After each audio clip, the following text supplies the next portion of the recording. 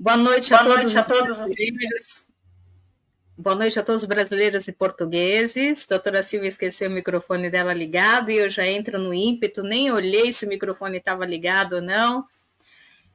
Começamos hoje mais um Desconversas com um tempo nublado e chuvoso aqui em São Paulo e com certeza pela roupa da doutora Silvia, mesmo o carnaval tendo sido muito quente lá em Portugal, ela também está passando um certo frio. E hoje o nosso tema é: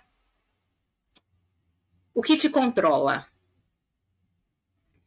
E com essa pergunta eu já passo a palavra para a doutora Silvia, porque eu tenho outras perguntas para complementar essa. Então, doutora Silvia, boa noite, bom retorno do carnaval. Tira as purpurinas, que ainda tem uma outra por aí, porque o carnaval em Torres Vedras é o carnaval, não é? É isso mesmo. Ainda estamos um bocadinho no rescaldo do carnaval. Este fim de semana é o fim de semana, foi o fim de semana de descanso para tentarmos reorganizar-nos. Mas boa noite a todos. Boa noite, portugueses, brasileiros e a quem nos estiver a ouvir. E realmente o tema que nós escolhemos para hoje tem precisamente a ver com, como tu disseste bem, o que é que comanda a nossa vida, o que é que tem poder sobre a nossa vida. E aquilo que nós queremos conversar e discutir é precisamente tentarmos perceber, olharmos e perceber se existe alguma coisa ou alguém, alguma situação que faz com que nós tomemos determinadas decisões que a partida não são sequer as melhores para nós e que nós acabamos sempre por cair no mesmo padrão de comportamento, no mesmo erro, porque não é uma coisa boa para nós, porque temos alguém que tem mais poder do que nós. E também iremos perceber que quem atribui esse poder a alguém ou a alguma coisa somos nós próprios, não é, Soira? Bom, você já trouxe as perguntas que eu ia fazer, né? Porque quando você colocou lá o que te controla, eu começaria primeiro pelo quem te controla, usando o quê, né? Porque eu acho que minha percepção é que é exatamente essa. Se há algo que te controla, ainda que não de forma pensada, né? Digamos assim,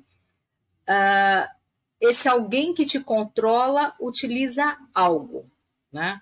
E você colocou um ponto que eu acho que é interessante, que esse controle ele está justamente no poder que você dá, né? E eu lembro de uma coisa de quando eu era criança, né? Meu pai sempre ensinava algumas coisas para nós e ele uma vez disse que quando nós estivéssemos diante de uma pessoa que tentasse nos influenciar de maneira negativa, que nós olhássemos aqui entre a sobrancelha e pensássemos: não vou me influenciar, não vou me influenciar. Essa é uma lição que eu devia usar com bastante frequência, que de vez em quando eu esqueço. Mas é uma ferramenta de talvez tentar diminuir esse poder que o outro tenta exercer sobre a outra pessoa, né? Ainda que não consciente, né? E nós já trouxemos em outros programas, desde parentalidade, traumas, relações, nós já vemos aí ao longo dos outros programas, não é, Silvia, mostrando formas de controles dentro de vários cenários. Né? Mas é muito importante pensar nisso. O que me controla, mas assim, na verdade, quem me controla e o que usa para me controlar. É efetivamente isso. E aquilo que o teu pai fez contigo é super importante, que é aquilo que deveria acontecer sempre por parte dos nossos educadores, normalmente os nossos pais, que é termos consciência de nós próprios. Quando ele diz, quando alguém vos estiver a fazer alguma coisa, pensem. Portanto, isto é uma tomada de consciência, não é? É nós percebermos e relacionarmos com quem está à nossa volta e não só reagirmos às situações e à vida, que é aquilo que acontece grande parte das vezes em idades mais imaturas. Nós só começamos a ter consciência de nós próprios, às vezes sozinhos, às vezes por acaso. Às vezes, quando, por exemplo, acontecem muitas coisas repetidamente e nós tomamos consciência que efetivamente aquilo já nos aconteceu e que nós estamos a reconhecer um padrão. Mas claro que se isso puder ser antecipado, ou seja, se nós tivermos a sorte de ter alguém que nos alerte para as situações, mesmo que nós precisemos de viver algumas, mas outras pelo menos nós já vamos com algum cuidado e já ficamos alerta e já conseguimos pelo menos tentar analisá-las de forma a que isso reverta a nosso favor. Se nós tivermos atenção e daí nós passarmos tanto tempo aqui no Desconversas a reforçarmos isso, é importante analisarmos, analisar as pessoas que temos à nossa volta, percebermos se somos compatíveis ou não com as pessoas. Nós falamos muito, por exemplo, de pessoas tóxicas, nós próprios também, ou somos ou já fomos pessoas tóxicas na vida de outros, não é? Às vezes sem querer, não, nem nos estamos a perceber, porque tem a ver com a fase da vida que nós estamos a passar, entrelaçada com a fase da vida que a outra pessoa está a passar, não é? E às vezes nós acabamos também por ser tóxicos. Só quando nós nos percebemos, quando nós nos analisamos e principalmente tomamos consciência daquilo que está a acontecer à nossa volta, é que nós então podemos tomar decisões conscientes, porque até lá não foram decisões que nós tomamos, nós apenas reagimos às situações, consoante o momento, consoante o contexto, consoante quem estava connosco, não são propriamente tomadas de decisão conscientes.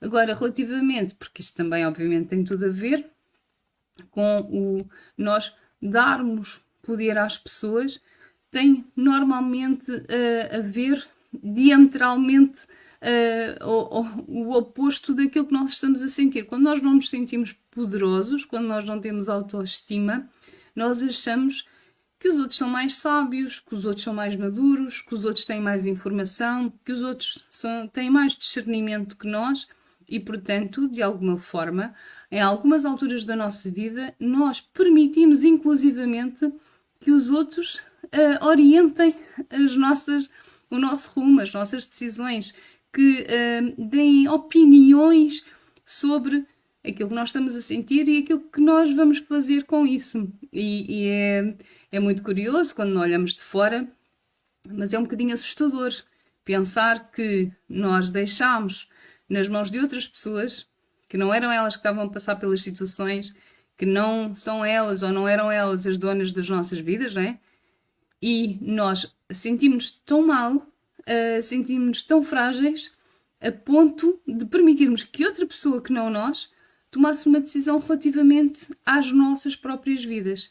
E somos nós que acabamos por dar o poder à outra pessoa ou às outras pessoas. Soira. Você trouxe um ponto agora, que é essa palavra poder, que tem me incomodado um pouquinho, né? Você sabe o quanto eu sou muito reflexiva, principalmente quando provocada, e aí eu vou trazer uma reflexão que eu tive através de uma conversa com uma amiga, Nádia, que é mentora num projeto onde nós fazemos aí mentorias de mulheres que estão em busca de ascensão profissional, e ela trouxe essa palavra, assim, ela colocou essa questão do poder, mas para que eu quero poder? Né? E aí nós estamos falando sobre essa palavra empoderamento. E ao mesmo tempo me veio uma frase que eu acho que eu até compartilhei há um tempo atrás, que se não me engano é do Charlie Chaplin, que quando você tem amor, você não precisa do poder, que você usa do poder quando você tem uma intenção que não é bacana. Então, essa palavra empoderamento começou a soar de forma tão estranha para mim, porque, assim, por que eu preciso me empoderar? Primeiro que, assim, né, empoderar significa que alguém vai me dar o poder, e ninguém pode me dar o poder, né? Eu não acredito nessa coisa daquilo que é externo, né? Eu não vou deixar você mais infeliz. Meu amigo, quem disse que você tem a capacidade de dizer se eu vou ser feliz ou não, sabe? Essa coisa do... E o empoderar parece um pouco isso, né? Nós estávamos conversando, eu e a Nádia, pensando sobre essa palavra, E essa coisa assim eu recebo o poder de alguém, né? E se eu preciso de poder, isso não é uma coisa contraditória, Silvia, com a questão da amorosidade, ou seja, o amor não, o amor que eu tenho a mim mesmo e a outra pessoa não é a maior, digamos, aspas, forma de poder, porque aí pode parecer que não tem muito a ver com o tema de hoje, mas assim, quando eu penso nessa questão do empoderamento, é como se eu quisesse trazer um poder para mim, para criar uma forma de revanche, para ter poder sobre o outro, sabe? Parece um. Não, sem entrar muito. Avaliando os conceitos, principalmente do que a gente vive hoje em sociedade, né? Dessa sociedade. Uma vez eu estava conversando com o controle de uma empresa onde eu trabalhava, aquelas conversas de final de expediente, e nós estávamos falando sobre essa situação, né? Que as pessoas não querem. E ele foi muito sábio na colocação dele. Ele falou: as pessoas não querem status ou dinheiro. No fundo, o que as pessoas querem é poder. Poder para definir a vida do outro. E se nós pararmos para analisar todas essas premissas de relações, principalmente quando nós colocamos essa pergunta de quem ou o que te controla, essa premissa do poder ela é muito forte. Ou seja, quem está exercendo o poder? Quem está exercendo o poder? Porque quem exerce o poder é que controla. Então, nós vivemos uma sociedade hoje, se você, por exemplo, me perguntar, eu vejo que redes sociais e opinião do outro é algo muito forte nessa questão de determinar quem te controla, né? E por que te controla. Se nós pensarmos um pouco na questão do passado, e aí, assim, eu estou construindo esse histórico até para que você também me diz se faz sentido ou não a minha percepção, é que, assim, antes, os principais agentes de controle eram principalmente os pais, né? Que ditavam ali as regras, às vezes até disfarçada de educação, mas na verdade aquilo era uma forma de exercer controle. Agora, hoje, dentro desse contexto do poder, e principalmente, é muito curioso que nós trazemos muito essa questão do autoconhecimento, e a percepção que eu tenho é que nós vivemos uma sociedade que te obriga a olhar mais para fora do que para dentro. Esse controle mudou, não é, Silvia? Hoje, quando nós pensamos nessa questão de o que te controla, o quem te controla, você vê que a questão do quem, ela torna-se diluída, porque é um coletivo que acaba te controlando, né? As situações que nós vivemos mundialmente, até de você ter que pensar o que você vai dizer na mídia para não correr o risco de ser cancelado, é uma forma de controle. Como é que você vê essa situação toda, Silvia? Esse processo que nós tínhamos no passado de controles das figuras muito próximas, principalmente dos pais, e que nós já falamos lá atrás na questão de paternalidade e parentalidade e de traumas, enfim. Como é que você vê essa transição, Silvia, e de quem ou o que está controlando quem atualmente? Bom, eu acho que tem a ver com aquilo que eu estava a dizer há pouco, não é?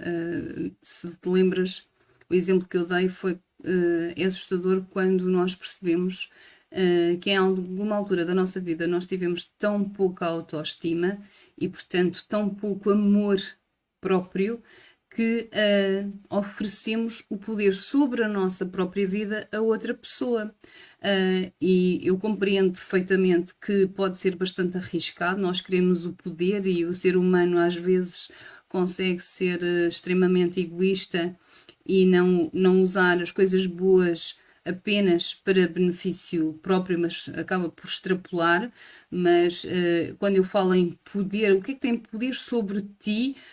É sobre a nossa própria vida e não para usar esse poder para controlar o outro ou para fazer algum tipo de prejuízo no outro. Tem a ver connosco próprios. E, portanto, dito isto, O amor e o poder andam sempre a par e passo, porque efetivamente, como tu disseste bem, quando nós temos amor não precisamos de poder, não é? Porque o que é que faz com que alguém queira estar perto de nós? É o amor.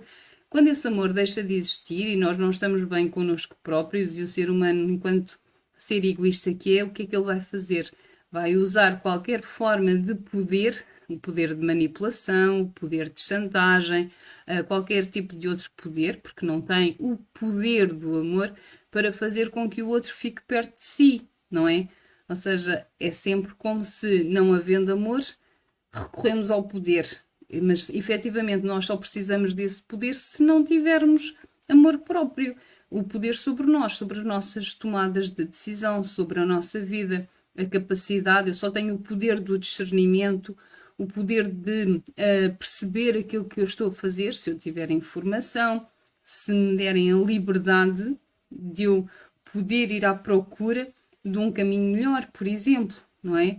Agora, quando nos estão a fazer isso, e já passando para a tua questão, a partir de que momento é que nós deixamos o poder dos outros, nomeadamente dos nossos pais, que têm poder sobre nós, não é?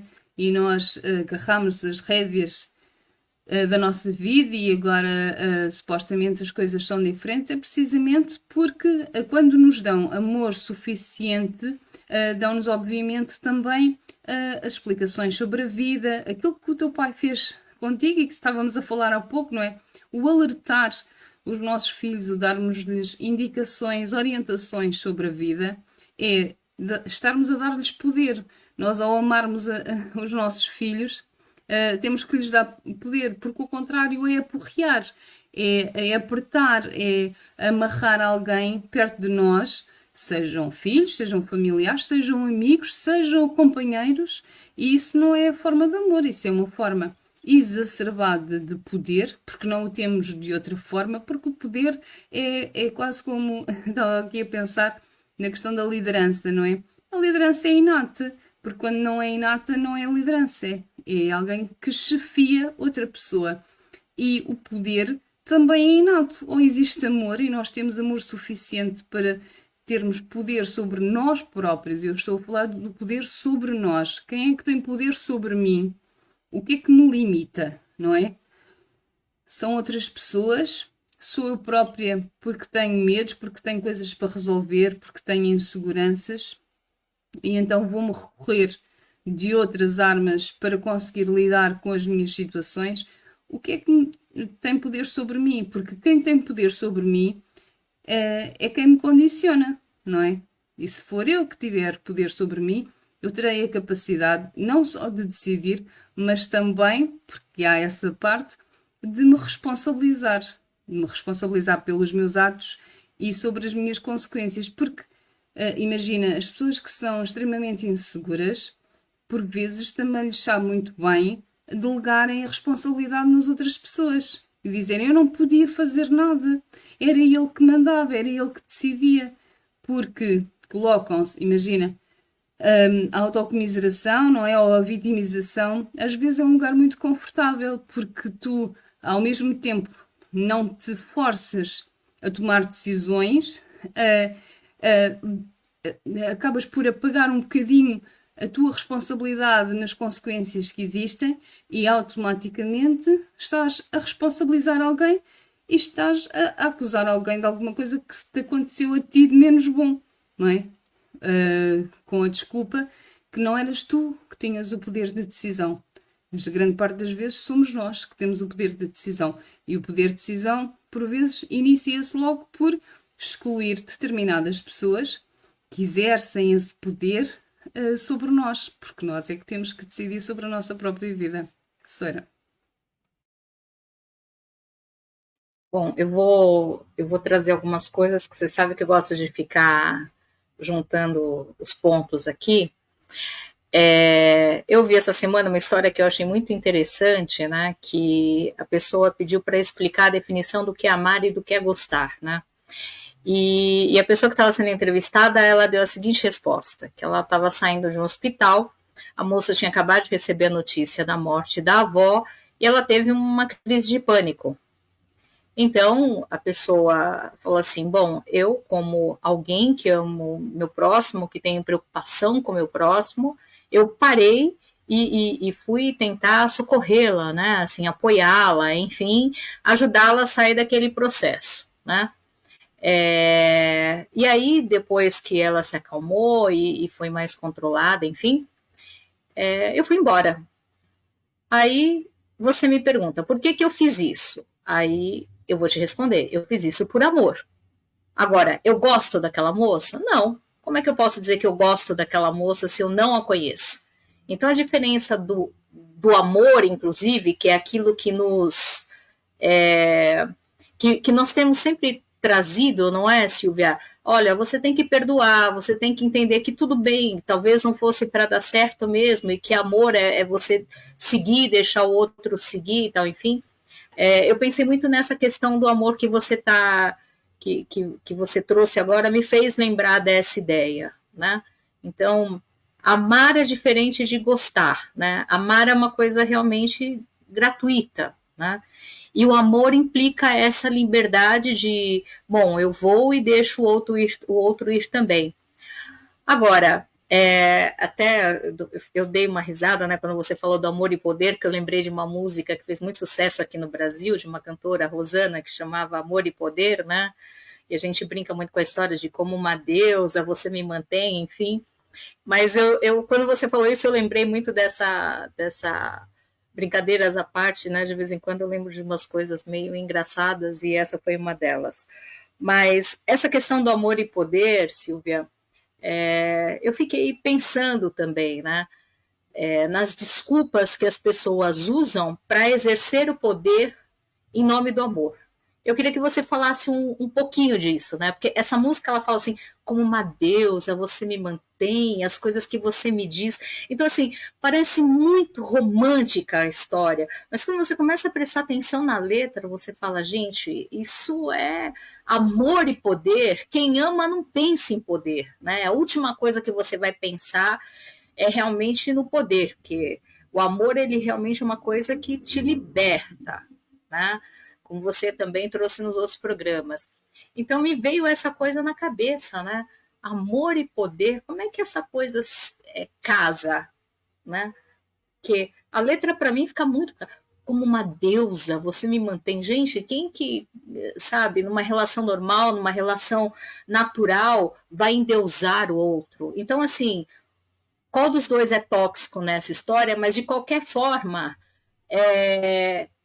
não é natural essa coisa do amor e poder, não é, Silvia? Eu queria que você falasse um pouco disso, né?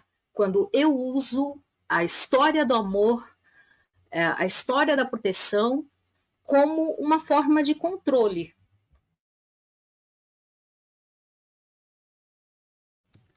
Bom, então, e pegando também aqui no comentário do Jorge Drago Ferraz, que vem mesmo a propósito, para mim o poder sobre o outro baseia-se na empatia, tudo o resto é manipulação e eu aplaudo e concordo plenamente.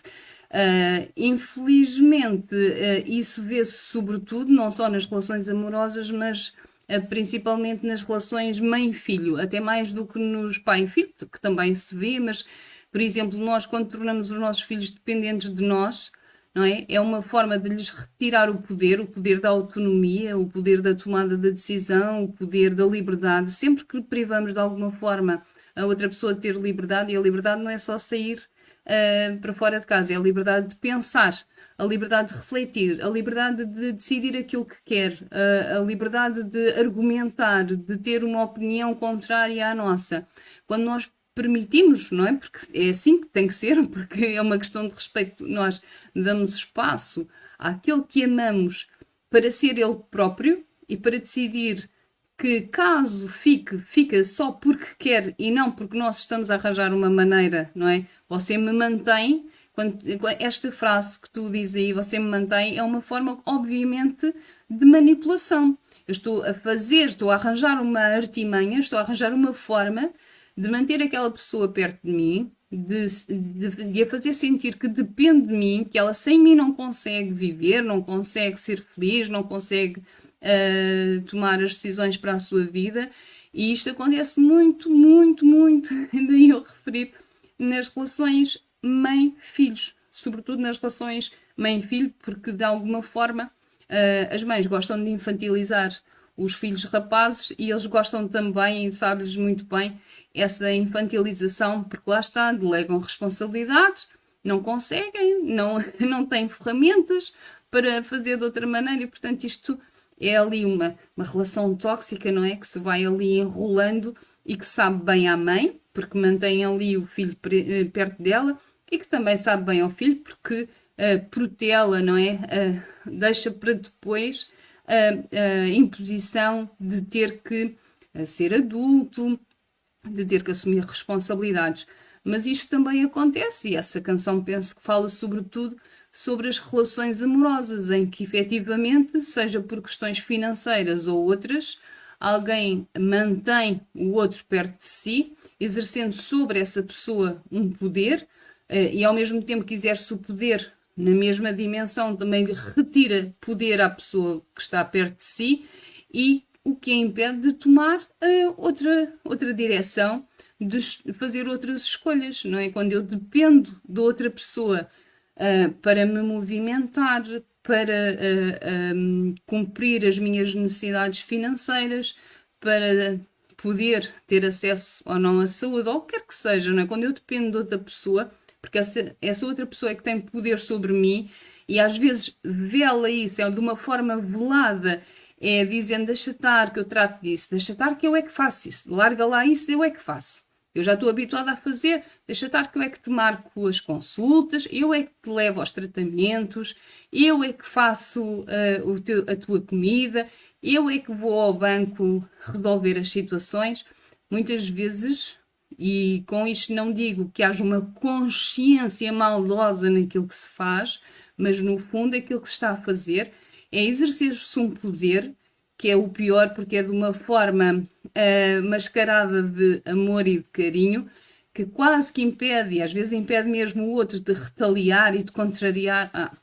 Às vezes nós vemos, por exemplo, dizer às esposas, a minha mãe faz aquilo com tanto gosto, deixa fazer, deixa ser ela a fazer, porque ela gosta tanto de fazer e faz aquilo com tanta vontade que deixa a fazer. E, portanto, vamos cedendo a esses poderes que estão lá está velados em forma de amor, como se fosse a coisa mais bonita do mundo. O que é facto é que a outra pessoa está a exercer poder sobre nós. Se nós estivermos a pegar neste exemplo de um casal em que é sempre a sogra que faz a comida, ficamos presos a todos os domingos termos que ir fazer a refeição à casa dessa pessoa. Se a pessoa está a exercer um poder manipulativo sobre o filho e automaticamente sobre a nora, ou sobre a filha e automaticamente sobre o genro, e que de uma forma velada, mascarada de amor, está a exercer poder e outra pessoa está a ser manipulada e está a ceder àquilo que está a acontecer, impedindo-a lá está, porque quando nós estamos a exercer um poder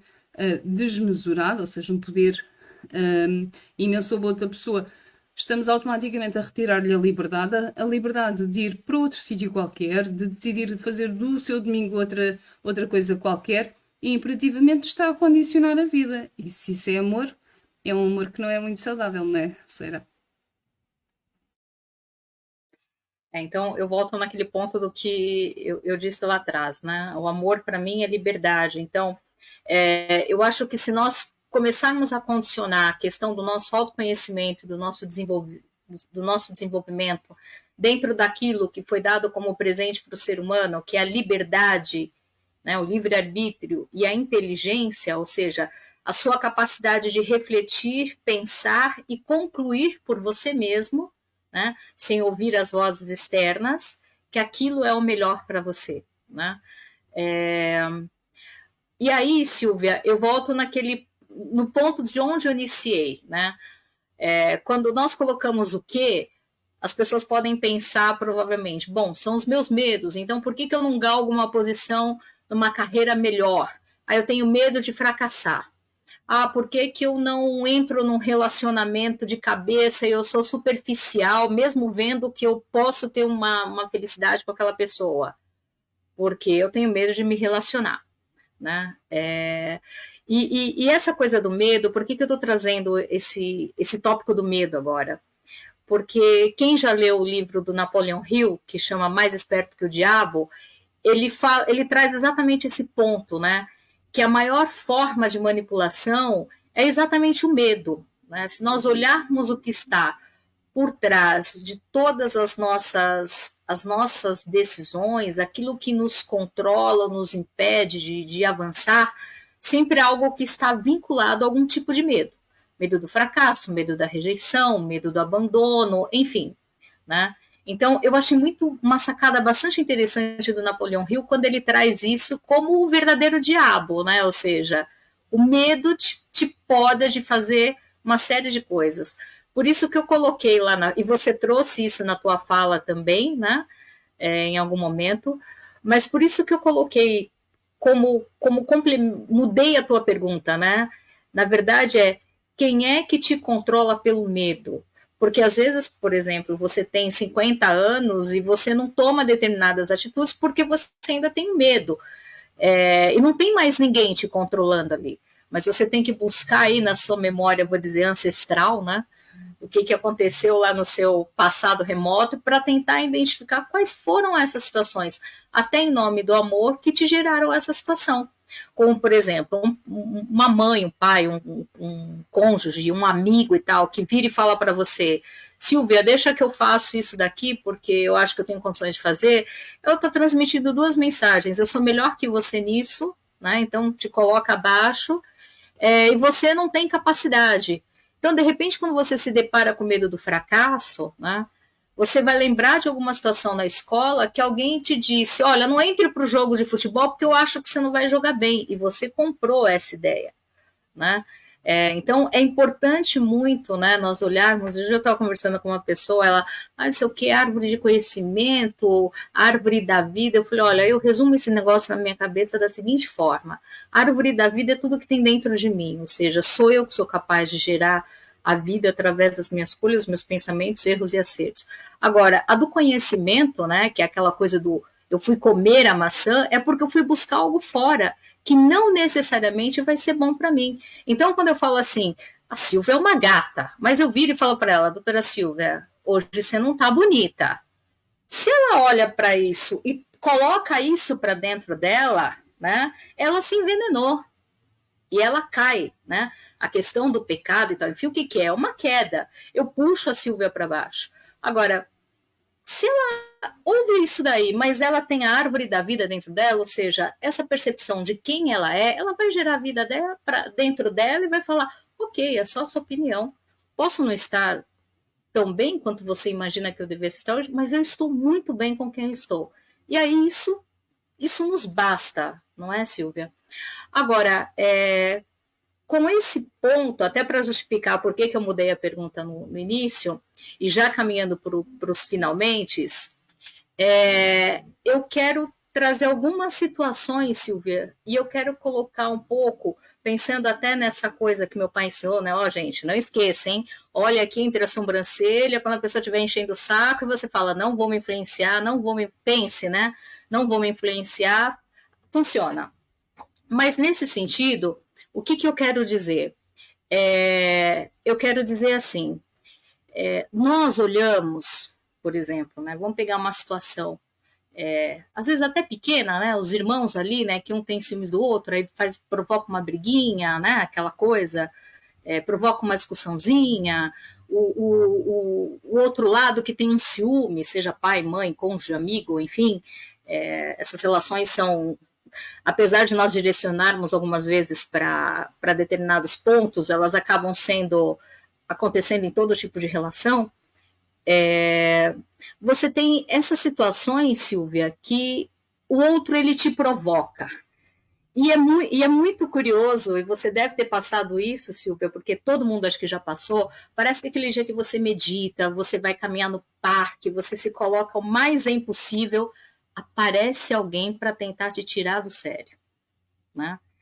E aí você fala: não, dessa vez eu não vou cair, dessa vez não vou cair, dessa vez eu não vou cair. Daqui a pouco você vai encher o saco do outro. Aí você fala: opa, cadê aquele zen todo que eu tava, aquela coisa, né? Aquela vai pro saco mesmo.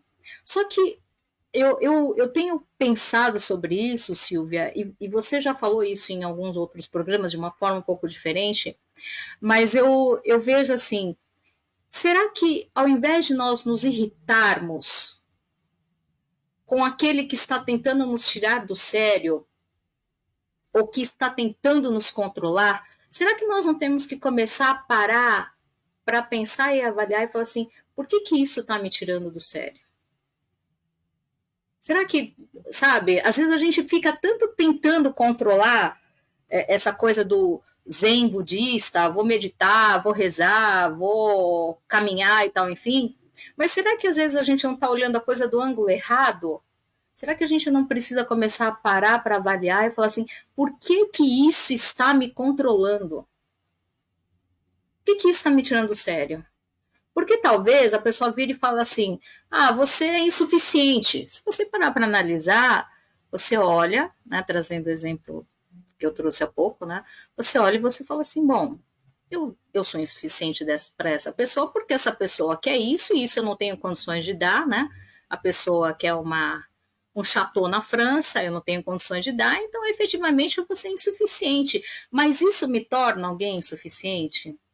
Então, será, Silvia, que a nossa análise não deveria começar a passar por aí? Será que a gente não te pouparia um pouco o trabalho de análise? Se nós já trouxéssemos essa lição de casa feita, pensando por que é que isso me incomoda?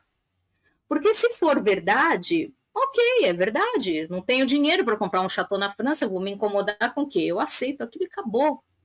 E se for mentira, eu tenho dinheiro para comprar o tal do chateau e tal, eu posso não querer comprar.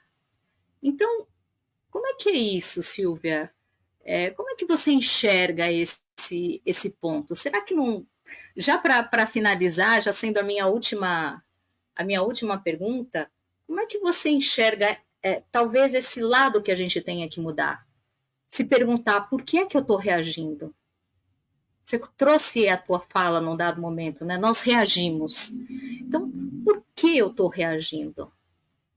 O que a pessoa está pegando de fraqueza minha ali? Porque, obviamente, principalmente que quem tem a intenção de te manipular, vai na tua fraqueza. Mas por que aquilo é fraqueza? Será que talvez ao invés da gente ficar com raiva e querer mandar a pessoa para aquele lugar, né, para o inferno e tal, enfim, a gente não tem que começar a agradecer e falar, legal, essa pessoa está me mostrando aí algo, uma fraqueza que eu preciso trabalhar. Porque quando eu trabalhar essa fraqueza e ela tentar me atacar de novo, ela já não consegue mais, porque isso se tornou uma fortaleza. Faz sentido isso, Silvia? Faz todo o sentido, Sora, mas é assim, tu enches-me de perguntas e agora tenho montes de, de coisas para responder. Então, se calhar, se calhar antes de tudo, aquilo que eu faço, porque me trabalho e é importante que nós nos trabalhemos, é perguntar qual é a necessidade que aquela pessoa tem para me estar a incomodar. Porquê que será? De que maneira é que eu a incomodo? Sabes, eu de tanto me trabalhar, o meu primeiro pensamento é este. Em vez de pensar porque é que aquela pessoa me está a incomodar, o que é que eu tenho que mudar em mim, que isso é obviamente que é muito válido, mas o meu primeiro pensamento é precisamente o inverso. É o que é que será que eu provoco naquela pessoa que faz com que ela sinta essa necessidade de me incomodar, de me prejudicar, de me deixar desconfortável, não é? É um problema que a outra pessoa tem. É muito importante que nós, não é que não nos pensemos, porque é sempre algo que eu até faço sempre referência, mas é importante nós percebermos que nós não temos só que reagir às situações, nós temos que as analisar.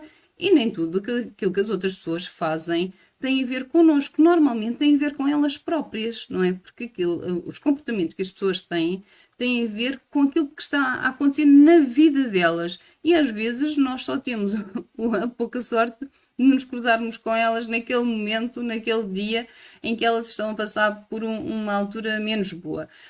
Depois, para além disso, claro que nós não somos insensíveis, não somos máquinas e por vezes acabamos realmente por nos deixar contaminar, não é? Por ficarmos desconfortáveis com o comportamento dos outros e aí sim, concordo plenamente contigo, eu tenho que tentar perceber o que é que se passa comigo que eu não estou a conseguir filtrar. que eu estou a levar à letra aquilo que o outro está a dizer? Quando tu me dizes que hoje não estou muito bem, porque é que aquilo me incomodou tanto? Porque é que eu não aceitei simplesmente, tentei perceber se realmente fazia sentido ou não, e não encaixei aquilo que tu me estavas a dizer. Porque é que eu fiquei tão magoada? Porque nunca tem a ver com aquilo que tu ou outra pessoa me diz ou me faz, tem a ver com a maneira como eu me sinto. E isto, obviamente, e fazendo a ponte com o nosso tema de hoje, tem a ver com uma coisa que eu às vezes até dou o exemplo assim, acho eu, para ser mais fácil, que é a autoestima, que é como se fosse um verniz que nós vamos pondo ao longo da nossa vida e que seria muito importante que os pais fizessem isso com os filhos, que tem a ver com o sistema de vinculação, em que nós conseguimos transmitir segurança, confiança nos nossos filhos. E transmitir segurança e confiança não é fazer por eles, não é retirando-lhes autonomia, nem é retirando responsabilidade, muito ao contrário, não é? É permitindo que eles explorem, que eles tentem, que eles sejam capazes de o fazer, e quando assim é, nós crescemos com uma autoestima, que eu volto a dizer, é quase como se fosse um verniz, que nos permite lidar com as adversidades e que quando me dizem alguma coisa, eu tenho essa camada protetora em mim, eu tenho essa autoestima em mim que permite com que eu não me vá logo abaixo. Eu posso fazer uma análise e devo fazer daquilo que me estão a dizer, e isso faz sentido, imagina. Vem uma pessoa e diz-me uma coisa, vem outra e diz-me a mesma, e vem outra e diz-me a mesma, eu não posso simplesmente dizer assim, aquilo são as pessoas todas que estão erradas, porque eu estou perfeita. Não, eu tenho que ter a capacidade de me analisar. Agora, eu preciso é de não me deixar abater, não me deixar ir ao chão só porque me estão a dizer alguma coisa, mas eu preciso dessa camada protetora. Outra coisa também importante é que, claro, que isso deve acontecer desde o início das nossas vidas, que é muito importante que seja reforçado, quer na infância, quer na adolescência, e claro, quando isso acontece depois na adultice as coisas são mais fáceis, porque na infância e na adolescência as crianças e os adolescentes enfrentam muitos desafios, nomeadamente com os seus pares, é numa altura em que se estão a tentar encaixar, que acham que é muito importante estarem inseridos dentro de grupos e que aquilo que os outros dizem os afeta imenso. Então, se nós pensarmos nisso, uma criança ou um adolescente que não tenha a sua autoestima bem estipulada, não é? Que não tenha esse verniz, essa camada protetora, e muitas vezes, como tu dizes bem, em nome do amor, que é retirado ou nem sequer é chegado a dar pelos pais, em nome do amor, supostamente, então nós, em vez de estarmos a amar os nossos filhos, acredito eu que sem querer algumas vezes, propositadamente noutras, estamos a desprotegê-los, estamos a retirar-lhes essa camada de proteção que lhes permite lidar com as adversidades. O que é facto é que mesmo que isso aconteça, e é sempre uma excelente premissa quando isso acontece desde cedo, não invalida que nós, de vez em quando, vamos cuidando de nós próprios, não é? Que vamos nós nos reforçando na nossa autoestima, vamos nós trabalhando a nossa autoestima, porque ela não é sempre estática. Se nós fizermos a comparação com o móvel, ele não está sempre bem, ele precisa de ser cuidado, ele precisa de um tratamento, ele precisa que lhe seja limpo o pó, ele precisa que lhe seja dado um brilho. E nós, igualmente, ao longo da vida, há alturas em que a nossa camada está mais forte e há outras alturas em que está mais fina e frágil. E, portanto, sabemos que quanto mais frágeis nós estivermos, mais poder damos aos outros, mais que não seja, damos o poder deles nos incomodarem, de nos ferirem, de nos prejudicarem. Obviamente que se nós tivermos algumas fendas em nós, vamos falar assim no sentido figurativo, quanto mais fendas nós tivermos, mais existe a possibilidade de realmente nos perfurarem e entrarem dentro da nossa cabeça, do nosso coração e condicionarem a nossa vida, e é precisamente isso que é dar o poder ao outro. E cada um deve ter o seu poder. Eu quero reforçar isto quando eu digo que eu não quero o poder de ninguém sobre mim, mas eu também não quero ter poder sobre ninguém, não é? Quanto muito eu quero permitir, não é? Dar o poder que os outros tenham liberdade e que todas as pessoas que não são obrigadas a estar comigo, e algumas são, nomeadamente a nível profissional, os meus colegas e outros, mas todas as outras pessoas que estão perto de mim, que o estejam porque querem e não porque eu fiz, seja o que for, para as manter perto de mim, usando as palavras da canção. Eu quero agradecer-te muito, Soeira, este tema, como todos os outros, mas este tema é muito importante, e agradecer a todas as pessoas que nos estiveram a assistir, que comentaram, que nos deram boa noite. É muito importante para nós a vossa interação. Estejam sempre à vontade para colocar questões e para a semana cá estaremos. Quem não teve a oportunidade, como já percebi que algumas pessoas não tiveram a oportunidade de ver desde o início, podem voltar atrás ou então assistir-nos através do nosso canal do YouTube, que eu esqueço-me sempre de dizer, mas é outras conversas. É só irem realmente à nossa procura. Obrigada, eu, Ruth, de coração. Beijinho. Tu és uma mãe maravilhosa. É a minha colega e amiga. E então, um beijinho. Boa noite a todos.